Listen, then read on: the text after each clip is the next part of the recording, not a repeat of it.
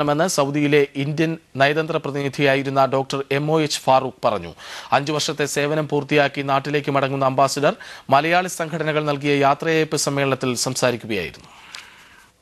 സൗദിയിലെ മാത്രമല്ല ലോകത്തിലെ തന്നെ ഇന്ത്യൻ പ്രവാസികളിൽ കേരളീയരാണ് കൂടുതൽ.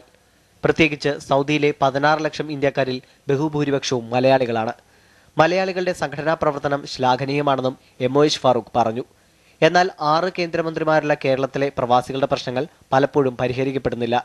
മന്ത്രിമാരുടെ വിദേശ സന്ദർശന വേളകളിൽ പ്രവാസികളുടെ പ്രശ്നങ്ങൾ ശ്രദ്ധയിൽപ്പെടുത്താൻ ബോധപൂർവമുള്ള ശ്രമങ്ങൾ ഉണ്ടാകണം. പ്രവാസികളിൽ ഭൂരിപക്ഷം വരുന്ന സാധാരണ തൊഴിലാളികളുടെ കാര്യത്തിൽ എംബസിക്ക് മാത്രം ഒന്നും ചെയ്യാനാകില്ലെന്നും MOH ഫാറൂഖ് പറഞ്ഞു.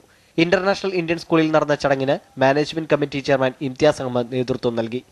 Deputy chief of mission Rajeev Shahare സംസാരിച്ചു. സൗദി വിദ്യാഭ്യാസ വകുപ്പ് ഇന്റർനാഷണൽ സ്കൂൾ വിഭാഗം സൂപ്പർവൈസർ മുയീദ് അൽ ഖഹ്താനി ചടങ്ങിൽ മുഖ്യാതിഥിയായിരുന്നു. Narendran Cherukad, Amrita news, Riyadh.